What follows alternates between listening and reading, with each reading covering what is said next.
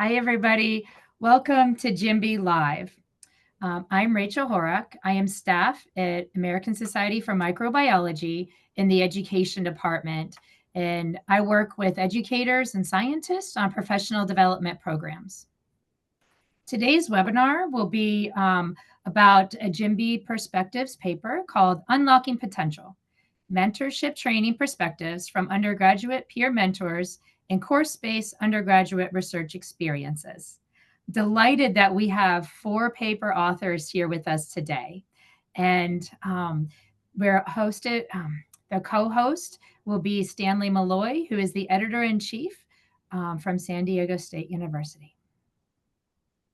So GMB, an acronym for Journal of Microbiology and Biology Education, is for science educators like you. We are proud to say that it is an open access journal, and it features original, previously unpublished peer review articles, and you can read the paper that we're going to talk about today and all other papers open access. That means free of charge to you. We're currently accepting submissions for a new series called Practical and Positive Uses of AI in STEM Education.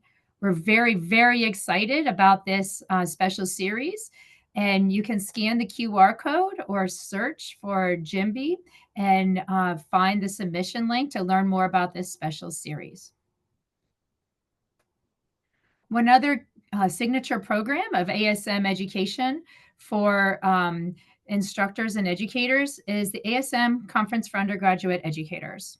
This meeting will be held November 21st to 23rd, in person only, in San Antonio, Texas.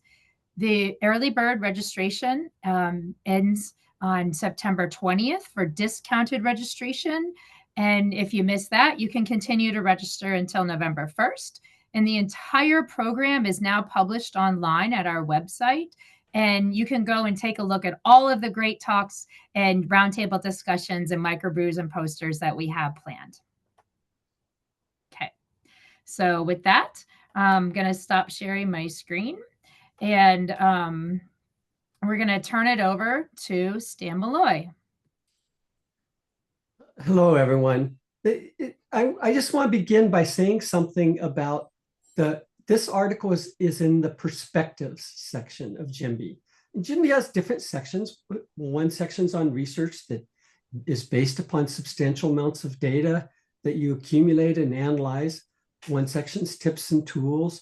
That section is focused on new ideas that may take some more work to fledge out, but they're ideas that may stimulate the community. But the paper we're talking about today is in the perspective section. And the perspective section is really meant to show some challenges and some opportunities for STEM education and really provide an insight into some approaches that may help address this issue. It's really meant to be thought-provoking. It's not a systematic review of the literature. It's really meant to give an experience and help people think about it in ways that they may be able to implement some of those things into their own STEM education processes. And together we'll grow and improve as a field, right? So we're really lucky today to have our authors of Unlocking Potential, Mentorship Training Perspectives from Undergraduate Peer Mentors in Course-Based Undergraduate Research Experiences. So I'll ask you to kick off and give us a description of the process that you went through. All right. Thank you, Stanley, and thank you to Rachel and ASM for having us. We're really excited to be here and just that, share our perspectives. We don't have all the answers, but we have a lot of unique stories, and we have our students here today joining us. So hopefully we can kind of get through our stuff quickly and leave as much time as possible to have some dialogue. I am Caitlin Light. I'm the Assistant Director of the FRI program, which we'll tell you a little bit more about in a second. And I'm joined by my colleague, Dr. Joe Panzik, who is one of our faculty research educators leading our environmental visualization stream. and my co-author on this piece, working with our 4 of our many what we call undergraduate peer mentors in the FRI program, joined today, thankfully, by 2 of them, Abby Natoli and Tevin Flom, who you'll be able to hear from and ask targeted questions to later as well. So the FRI program is the first year research immersion program built here at Binghamton University, started in 2014. What is the FRI program? It's a large STEM program that is a 3-semester sequence of course-based undergraduate research experiences. So for those of you new to some of these educational acronyms, we probably can't help ourselves. We'll probably continue to say CURE throughout our talk today. That's what these are called. So it's just research that's happening in the context of a class that students are getting credit for. And there's 3 of them in a row from the moment that our students enter as first-year students here at Binghamton University. And we have 11 different what we call streams or research disciplines that students enter and kind of engage through with this program. This is quite a detailed overview of the program, but we are stepping these students through the research process from their very first semester on a college campus all the way through the fall of their second year here, one by one. Sorry for that. One by one, breaking this process down. We start with a research methods course to get used to the literature, a lot of professional development, working with teams. Then we step into the lab in the second semester, building the skills required in whichever of our 11 research disciplines a student might be in, and building a research proposal for the work that the student teams want to do. And in the third semester, executing that research plan using the skills and the literature and everything that they have been building up until this point. So as you can see, that's quite a complicated system, right? And what's kind of interesting to note is that unlike most teaching models at some of these larger R1 research institutions like Binghamton University, we do not make use of any graduate teaching assistants. So our FRI faculty, like Dr. Panzik, are solely supported in guiding these students through the research process with these undergraduate peer mentors. And we use these peer mentors in a lot of different ways, but they're really focused on that research process that I talked about, and have a lot lesser roles in typically, you'll hear from some of the perspectives that we've had, but less involved in delivering prescribed teaching and grading and things like that, and really a support system, a mentorship for these students as they move through this complicated research environment in their early college careers. One of the things that we're really proud of and is really cool that has happened from our program, and we'll touch on this more, especially in our conclusions, is the amount of students, the amount of FRI students that continue and come back as these peer mentors. We're approaching almost 50% of our FRI students are returning at least once in some capacity to mentor the new students entering this program. And of those students that do it for at least one semester, almost 60% are continuing on for even more.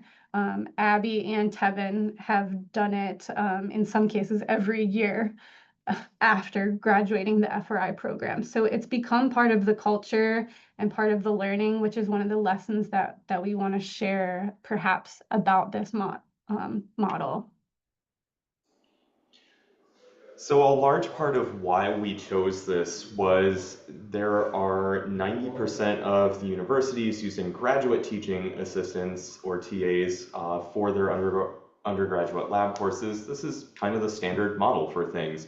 I'm sure many of us served as TAs while we were grad students getting our degrees for things, but only about 30% of them use undergraduate TAs, and 15% of that have formal training for undergraduates in cure-based courses. So it's an area that needs to be looked at a little bit more because these numbers are kind of increasing. The use of undergraduates is continuing to increase, but a lot of the support network has been based on graduate teaching assistants rather than undergraduates.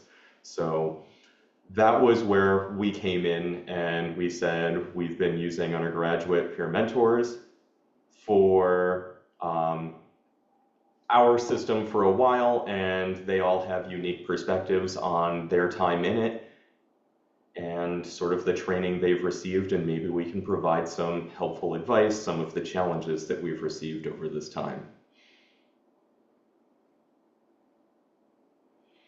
So there is an even bigger push for undergraduate students in the course of their curriculum to be part of CURES in just even introductory lab courses. Here at Binghamton, I think biology and chemistry, Kate, you can nod or shake your head if I am wrong, are leading more towards this course-based research system for teaching both information and practices. So this is widespread happening all over, and the reliance on both graduate and undergrad TAs is increasing. But as mentioned, TA training is typically limited only to grad TAs and nearly non-existent for undergrads. So what are the perspectives we can provide and what can we do about that?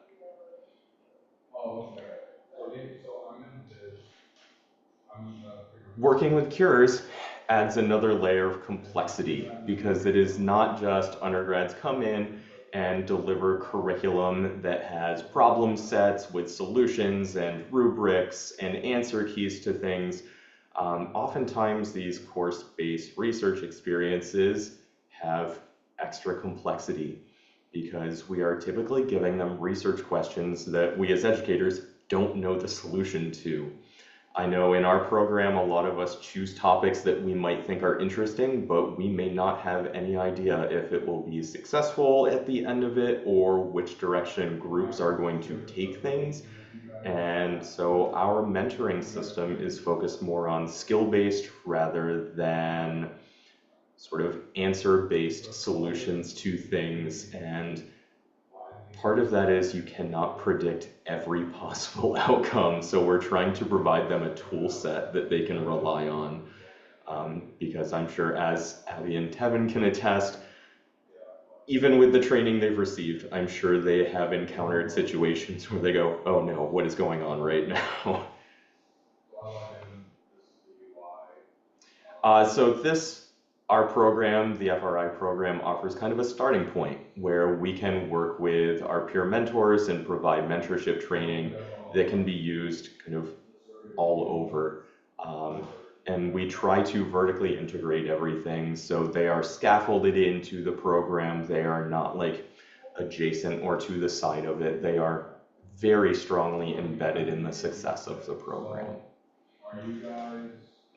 So here at Binghamton, here are some standard ways that we define the roles and responsibilities of our undergraduates. UTA and undergraduate TA, these are generally reserved for the introductory classes. They are more content-based. They might have minor grading. They have standard roles that you would expect of a TA. In the FRI program, we rely predominantly on just standard peer mentors, or what we have recently developed in the past few years are lead peer mentors that help us kind of assess and carry out things. They are an extra level of responsibility. They are helping in the creative process as well. They are helping organize peer mentors. And these are some just typical responsibilities that our peer mentors have throughout our program. In the training the peer mentors get, They both get formal and informal training. If they are peer mentoring for our first semester class, they get a 2 credit hour, and they meet 1 hour per week to meet with a collection of us. So it is varying by semester who is kind of working with the peer mentors. It is typically Dr. Light that has been running the peer mentor training, and they generally cover some more formal topics such as mentorship, professionalism, open-ended prompts, how to interact with teams and groups. They reflect on what they've learned and how their teams are doing bi-weekly and at the end of the semester. And this is more curriculum-based, more standardized, but these are students where it is typically their first time serving as a peer mentor, and they might even still be going through the FRI program. They might be in their 3rd semester, but helping us out and being a peer mentor in that as well. When they start peer mentoring in our specific labs, it becomes a little less formal. We have more informal training, and this is up to the instructor. So this can take the form of weekly meetings, maybe email or chat check-ins. There can be form reflections, and generally some of the topics that we cover with our peer mentors during this informal training kind of like span a broad range, but go beyond the initial kind of formal training. And we discuss things such as hidden curriculum. We have professional development for applying to grad school and professional school, working on resumes and CVs. We do Title IX training, active learning and actually teaching techniques with some of them because they might be interested in stepping into a classroom setting and delivering material. We train them more on diffusing situations that might happen with team dynamics and focus on education and research as well. So our peer mentors, kind of highlighting some of the things that their perspectives brought. So Vincent was a peer mentor for our semester 1 class and went through the formal training. And some of the things that he emphasized as areas of strength were the training structure, the mentorship feedback. He found value in having near-peer connections because the teams were more likely to open up to him because he is close in age to them, and they were likely to develop that connection, that relationship, relying on support for it. But at the same time, an area for training that was emphasized by this that had kind of, slipped past us a little bit that we need to refocus on is similar with that near peer. Like, how do you set respectful boundaries with students that are relatively your age? How do you appear as a voice, not of authority, but as like mentorship and support rather than a buddy or another teammate? So this is something we are actively working on as well. Tevin can speak more to this after I get done gabbing, but Tevin's perspective, he has been around for quite a while as a semester 2 and 3 peer mentor. He was also a lead peer mentor in the biofilms discipline and focused on community practices. So standardizing a lot of things, making sure everybody was following the same rules and everything in the lab, making sure everything was checked. But something he highlighted that we haven't had a whole lot of training for was addressing the impact of diversity on mentorship. How does having a diverse student body and peer mentor body affect the dynamics within peer mentorship, and what are some things that we need to consider within that as well? Sean has been in my lab for quite a while, recently graduated. He has been a semester 2 and 3 peer mentor and did not receive any of the formal training, but was informally trained. He stepped into a more active teaching role along with Abby during a transition time in my lab. So he helped with community practices and creating research protocols and focused on the research process. But Something he emphasized is when stepping into that role, he didn't have the necessary content expertise in the different research topics that came up. So how do we train students for not being content experts, but directing research in areas that they are not familiar with?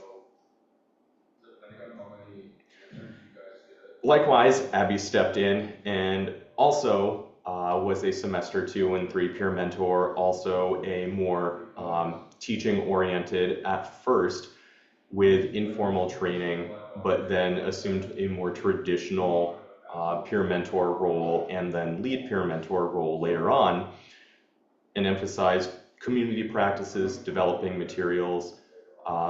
She said an area of strength, much like Vincent, was that near-peer interaction. Students were more likely to engage with her and interact and provide their concerns.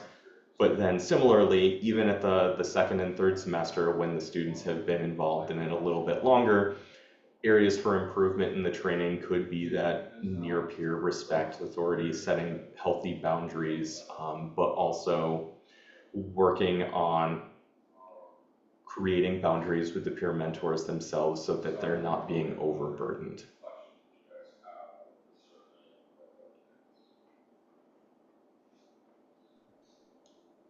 Yes, so Dr. Panzik and I are having to like really just draw out the highlights on these perspectives and to like really fully get the richness of it. We hope you take some time to read the paper and dive in more. But after we worked with these students and kind of were talking through all our ideas, there did appear to be some like main things that we wanted to share with everyone that are some solution based and some just questions that we want the community to kind of continue to tackle and think about.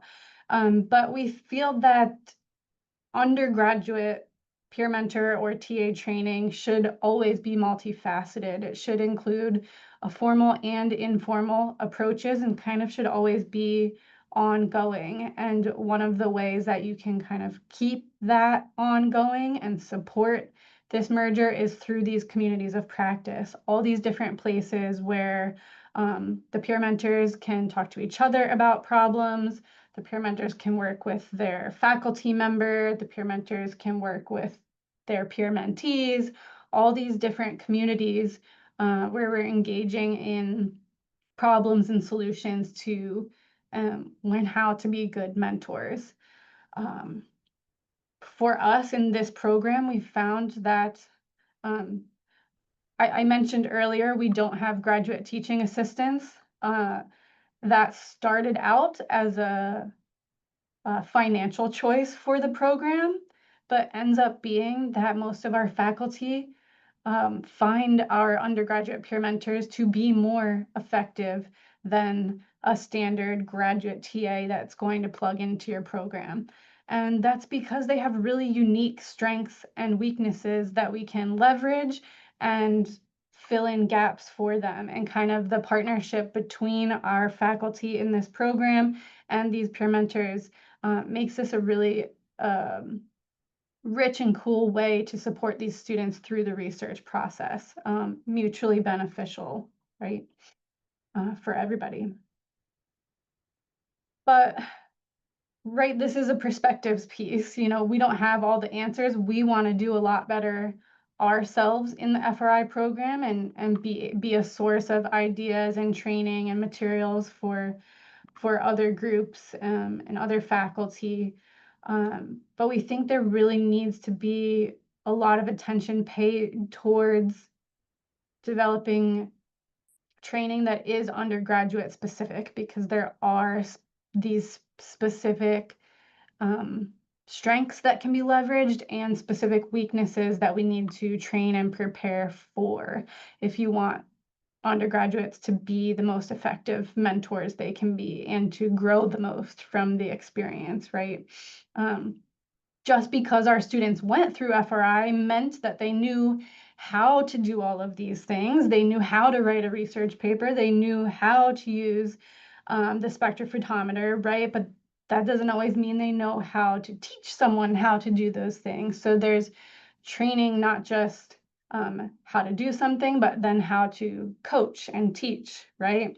We want to capitalize on this near peer relationship that a lot of our perspectives talked about, while also giving more training on how to maintain boundaries. How do you walk that fine line, right?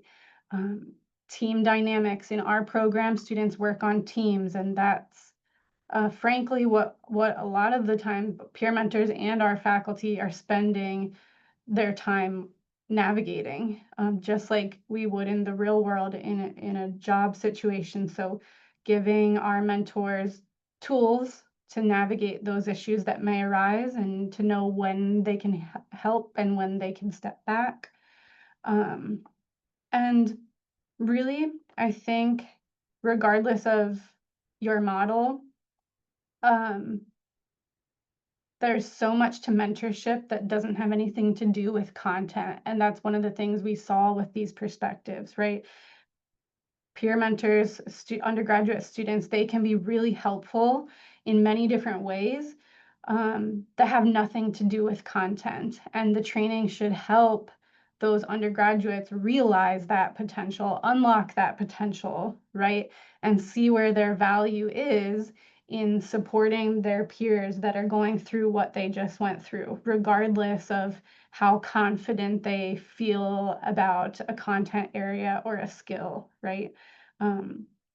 One of the things that we kind of realized, though, is that it does really help that our students went through this 3-semester sequence, and the peer mentorship is yet another rung on that ladder. The vertical integration of this learning and the continuity of the relationships being built and the skills being developed is, I think, what has informally allowed for so much success in our training program. So we think that's an area to explore for other training programs or other teaching assistant situations, right? Anywhere where you can have this continuity and scaffolding and layering really allows for that skill development and relationship building and community of practice that really has given us the successes that we need. Just a quick shameless plug here. There is a group called Tapestry that is a fellowship program that's helping to create professional development for cures. And we had 2 of the faculty in our program go through the Tapestry program. We're using the modules that they created right now to work on creating a more formalized asynchronous course to share these perspectives and more. So if you're sitting here listening to this and you really get excited about developing some professional development for undergraduates or even graduates in a research space, you should check this out because it's a really nice opportunity to make time and have support for creating these materials. With that, we want to thank our program director, Dr. Megan Fagley, for her support in everything, right? Our fellow faculty and staff, and most importantly, our students in the program. And special shout out to a group on campus, Harper Edge, High Impact Student Learning Endowment, that helped us with the funding to bring these perspectives to you through ASM GMB.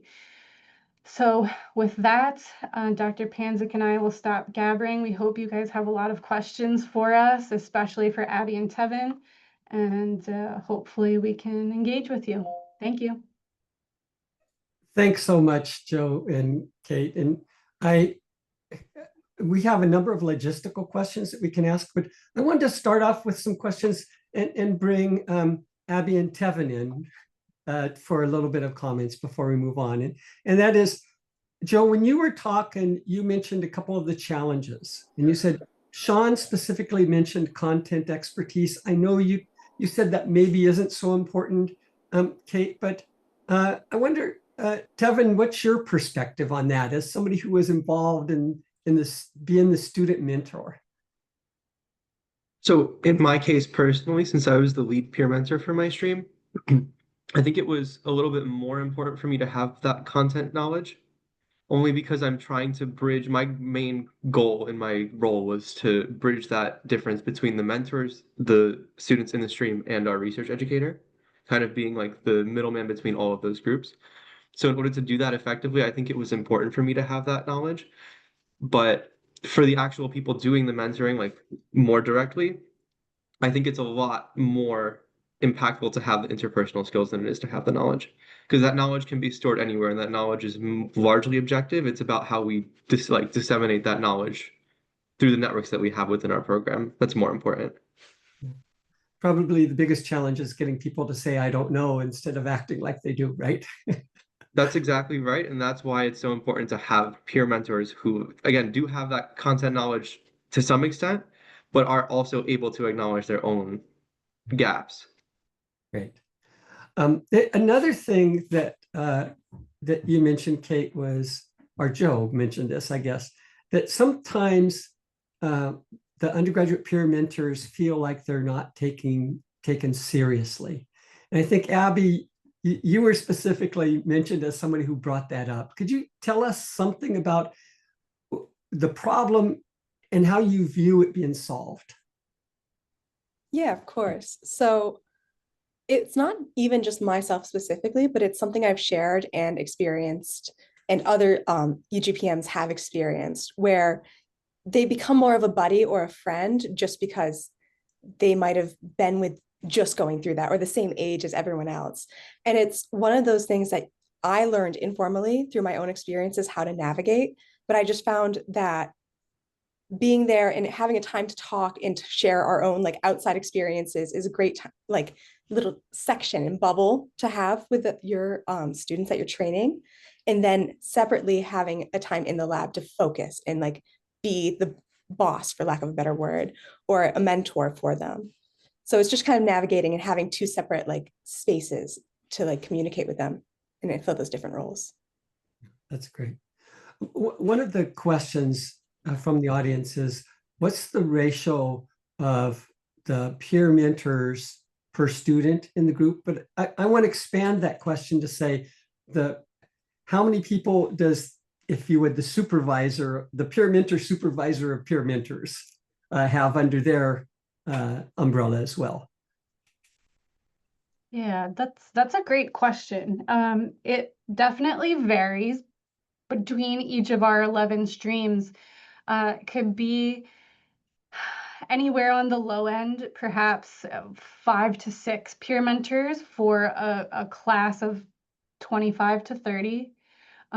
Typically each class has 5 student research teams. So usually we have 1 peer mentor for each research team, which is a really nice model. They kind of have this person that they're always kind of connecting with. And then on some of our really excitable research streams, we've got maybe 18 peer mentors. So there might even be 3 per team. And that's where some of our faculty have gotten into these creative roles, like we saw with Tevin, where we have this lead peer mentor who's done it for 3 semesters, and they can kind of help organize that whole group of 18 peer mentors and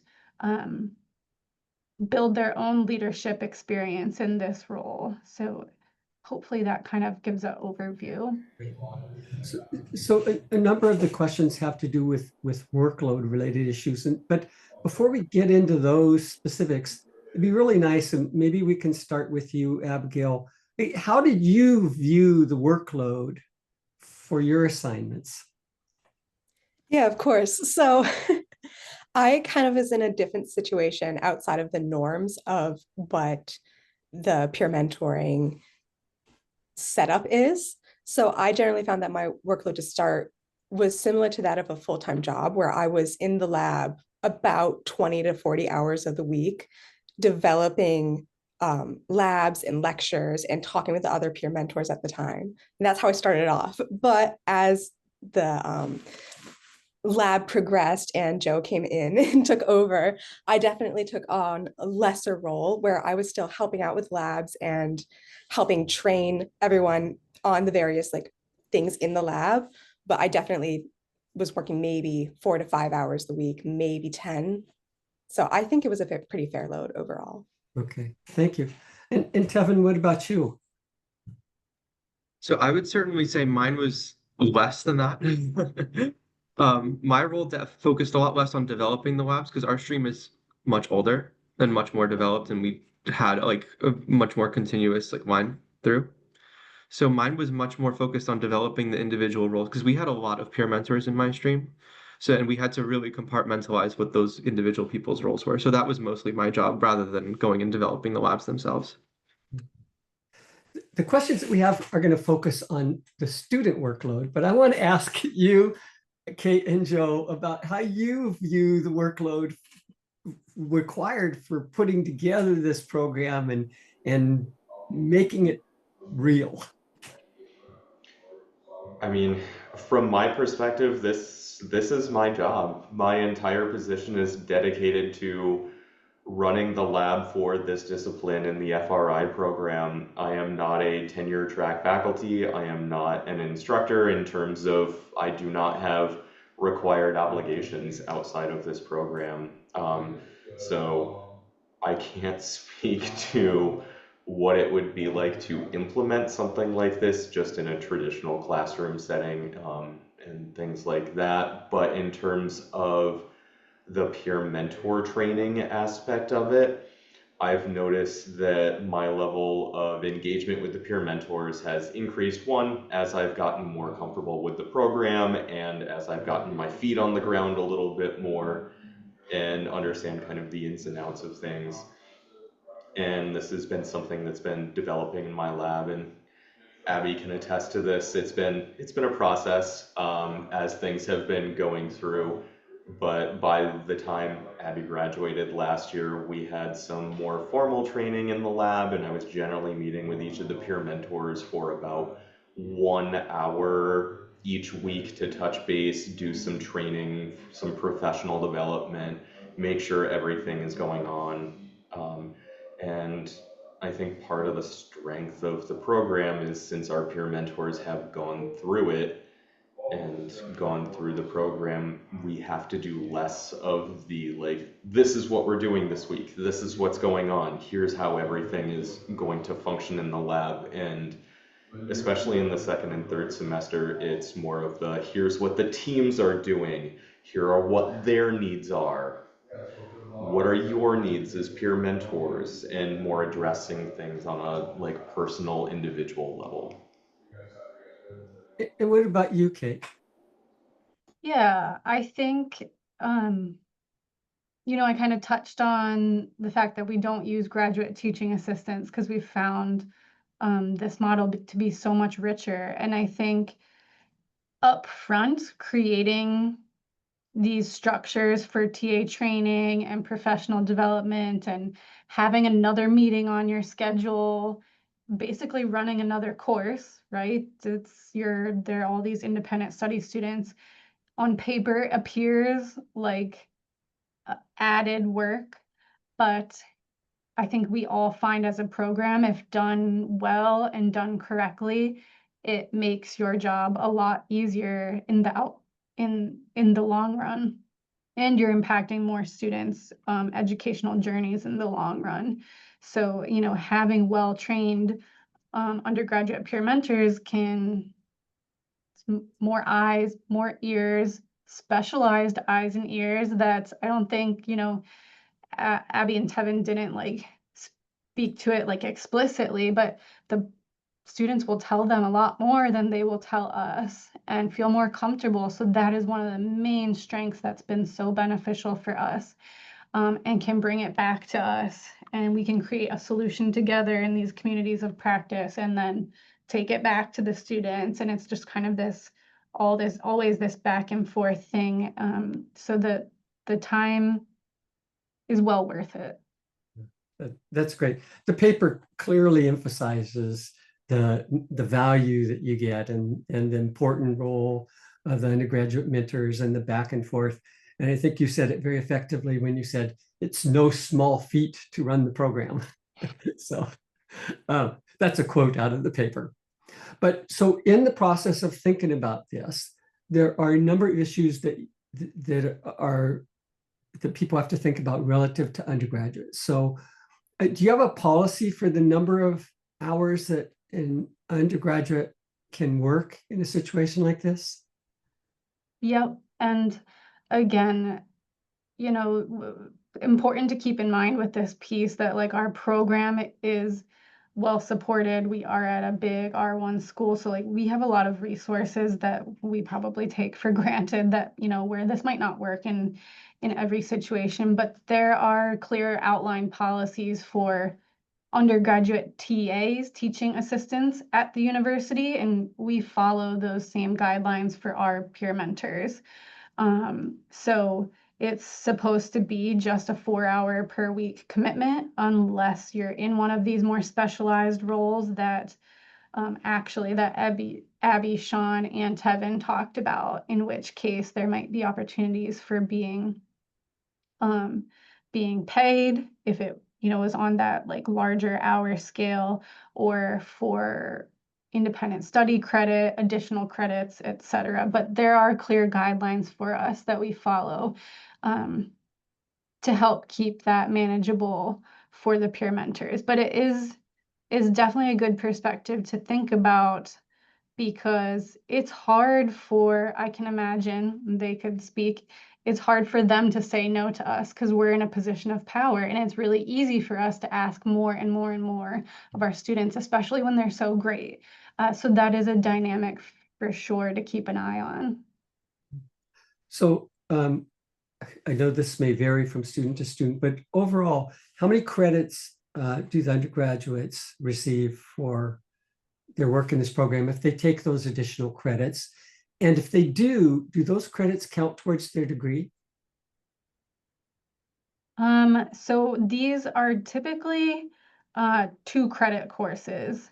And you know, as with any academic structure, it depends on the major and the degree and the department, how everything can apply. But that's an area, I guess my personal position would be that I feel like we could do better for students in how well these courses count towards their degree path.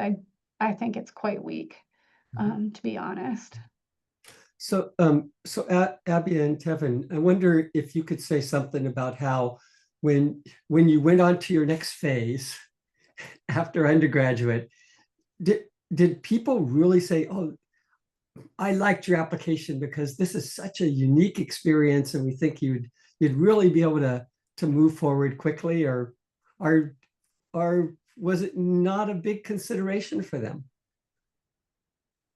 I can start.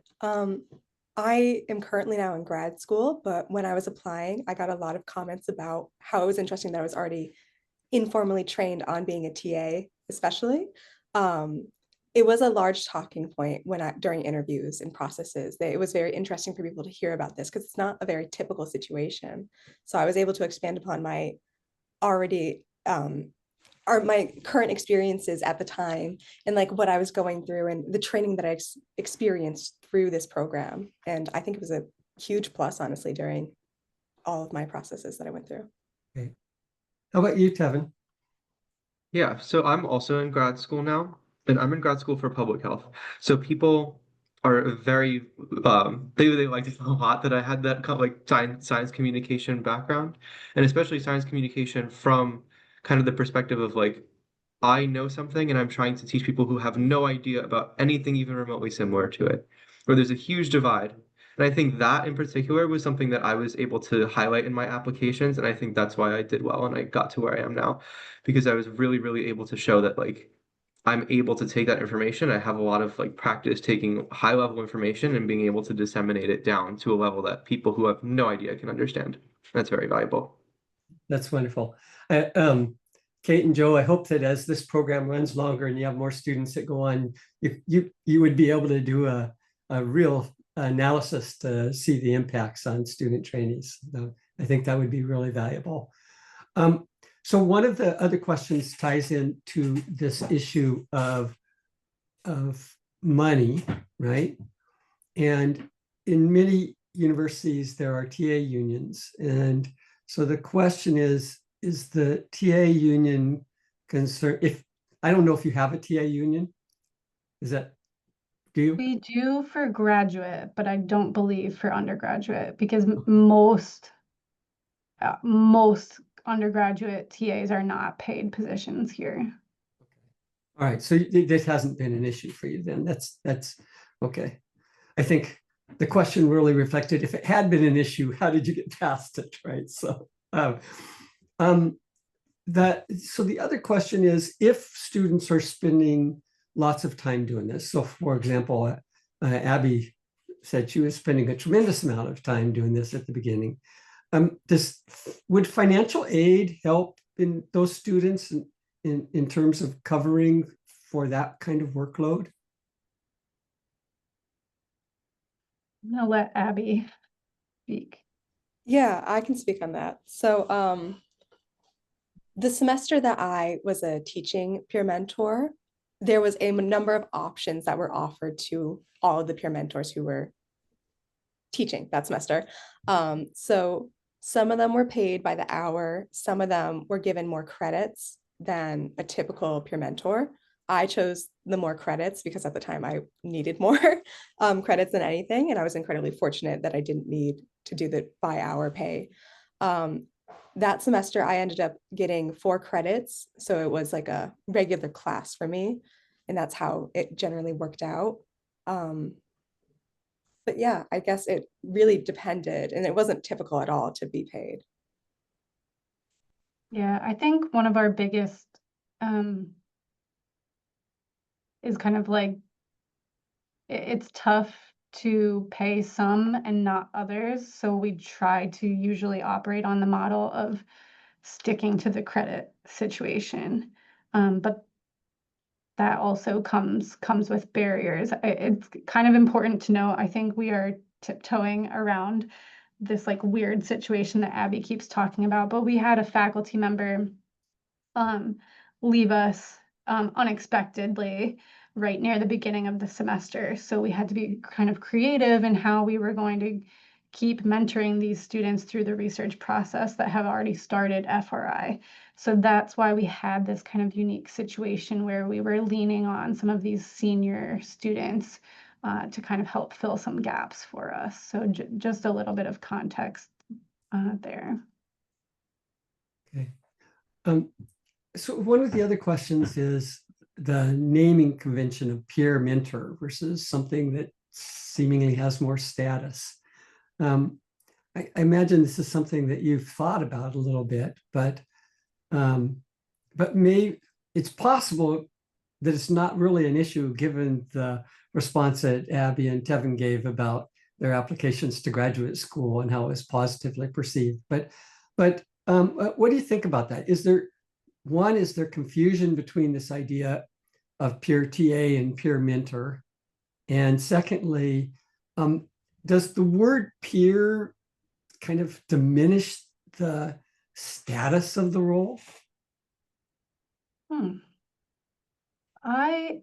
The amount of thought that we put into it, those things never came up, but to us, it's very important and we've stuck with it, even though our campus uses teaching assistant, because again, we feel like the strength of the student is in this unique peer mentorship ability, not the fact that they know all of this content and are equipped to teach these students how to do it and to pass on this knowledge. We think the real strength is in their ability to connect, their ability to relate, to share experiences, to guide, to support.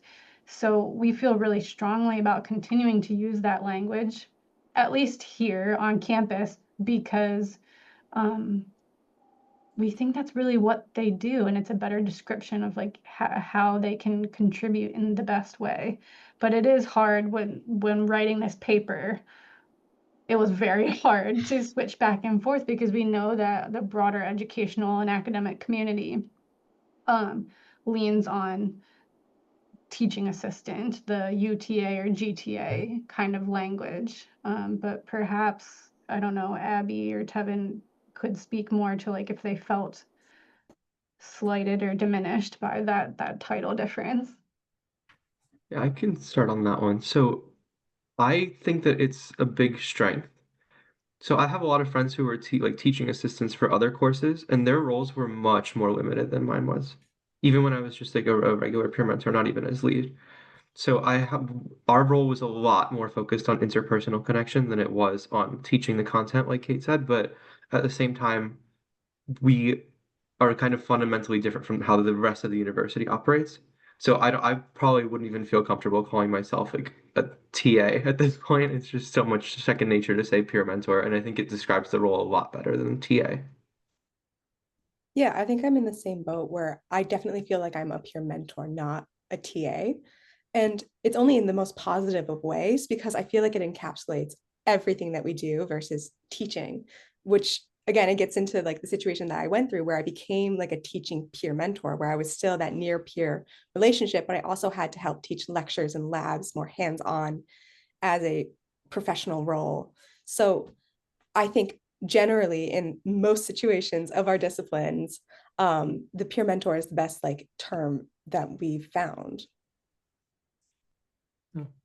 I'm a long ways from being a peer, but I still feel like I'm learning along with the students whenever I teach. So, um, Joe, you're going to say something. You moved like you're going to say something. Oh, yeah. Just kind of expanding on that a little bit. I think part of the benefit is, like Abby and Tevin highlighted, those personal interactions, because I think it also more closely mimics the interactions that you would have in a lab setting, both as like a lab supervisor or a graduate student working in a lab training undergraduates. It is less about content training and more about like skills and interpersonal training and mentoring them along whatever trajectory. So I think the term peer mentor, like while it may not be familiar, sort of outside of our little bubble or in most universities, is a great descriptor, and I think the connotation of it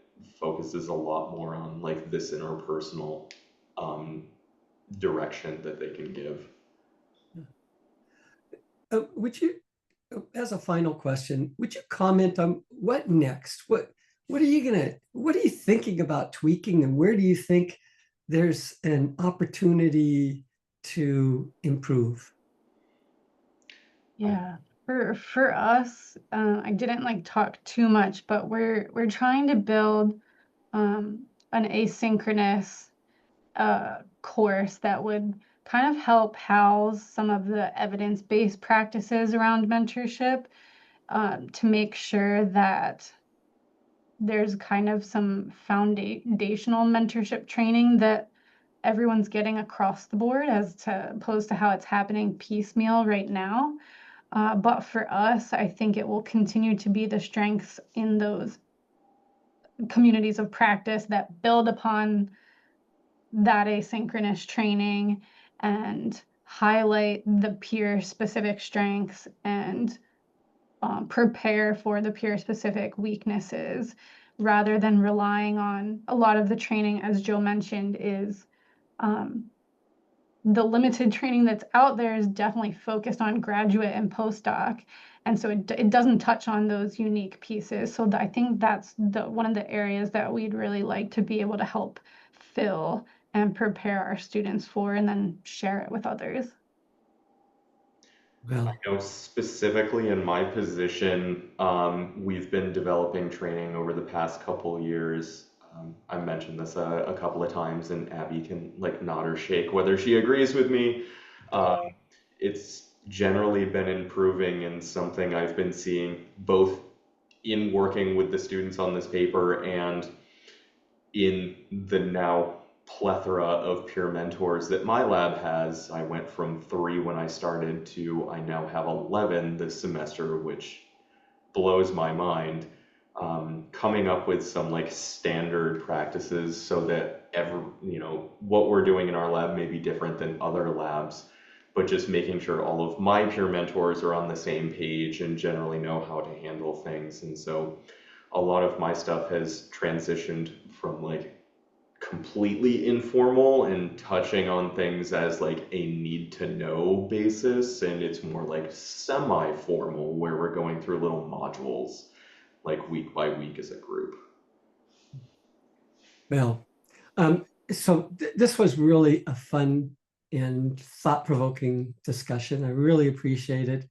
And I especially appreciate Abby and Tevin, you joining us, because it was really nice to hear your perspectives directly. And we don't get that opportunity as often as we'd like. So thank you guys so much. And I also want to say, I hope the people listening get an idea of what perspectives is, right? You didn't give all the answers. You didn't provide comparisons with every other program in the world, but you really gave us a good perspective on how we might think about this differently. And we really appreciate it. I thoroughly enjoyed your paper. Thanks very much. So at this point, I'm turning it back to Rachel.